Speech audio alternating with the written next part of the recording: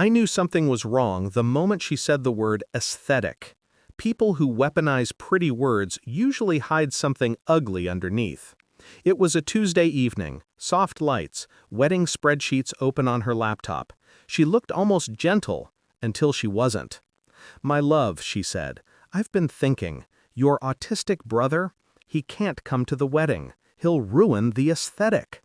My chest didn't tighten. My hands didn't shake. I simply went still inside, like a hunter who finally spots the creature that's been circling him in the dark. I nodded once.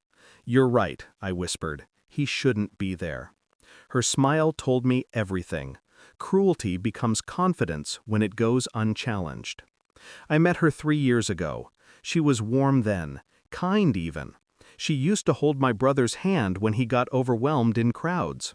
She once spent an entire afternoon teaching him how to fold paper boats. That's the thing about betrayal. It never comes from the enemy. It comes from the person who pretended to understand the pieces of you that were fragile. My brother is the gentlest soul I know. He trusts without calculation, loves without filters. He asks questions others are too proud to ask. He was supposed to stand beside me as my best man. He'd been practicing his speech for months. So when she spoke those words, "ruin the aesthetic," I felt something ancient shift in me. Not rage, not heartbreak, precision. Her sentence wasn't a slip. It was a confession of who she had truly been for months. I started noticing the signs. How she deleted texts when I walked in. How she moved the wedding money into a personal emergency fund. How she flinched every time my brother asked if he could wear his favorite blue tie. And then I found the message she sent her maid of honor. "I swear, if his brother makes a scene or starts flapping his hands, I'll walk out. I deserve a classy wedding." A classy wedding? My brother wasn't a problem. She was. That night, something settled in me like cold steel. Not the urge to punish her. The certainty she had already punished herself by revealing what she truly was. I just needed to give her the stage to perform the rest of her downfall. Revenge isn't rage, it's architecture. I moved quietly, transferred the honeymoon funds into my name, shifted the wedding reservations to my account, had the venue contract revised so only I could authorize final confirmations. I even had the cruise tickets changed to 2 king suites, mine and my brother's. She never noticed. People who underestimate others never check the ground they're standing on. Meanwhile, I recorded every conversation we had about my brother, her insults, her disgust, her jokes she thought were harmless. I kept my voice steady through all of it. The night before the wedding deposits were due, I kissed her forehead and told her, "Don't worry, I'll handle everything." I did, just not the way she expected. The morning I ended everything, she was sipping coffee, flipping through floral arrangements. I placed the printed screenshots on the table. Her messages, her words about my brother, her plan to convince me to put him in a home for the wedding weekend. Her face drained of color. I didn't mean." I raised a hand. "I'm not here to argue."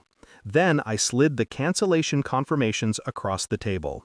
Venue, caterers, photographer, dress, all refunded, all irreversible. Her voice cracked. "You canceled the wedding?" "No," I said. "You did. The moment you decided my brother wasn't good enough to stand beside me. I left before she could unravel further. 2 hours later, my brother and I boarded the cruise ship.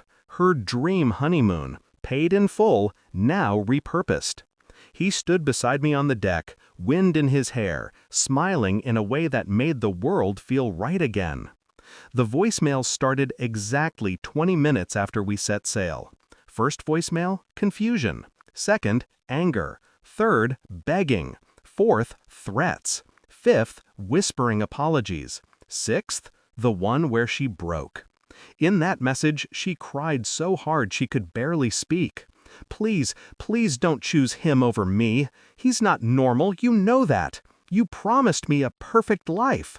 I saved that voicemail. Not for revenge, not for leverage, for clarity. Anyone who needs to tear down the vulnerable to feel perfect is building a life on a foundation of rot. She texted for days. She waited outside my old apartment. She tried contacting my parents.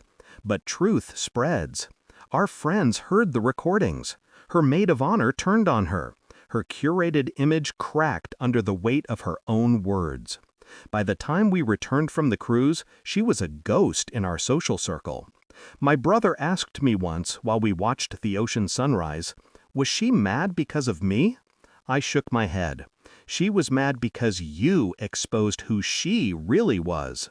He nodded, content, and went back to watching the waves. He never needed revenge. He never needed justice. But I did. Not for punishment, for protection, for closure.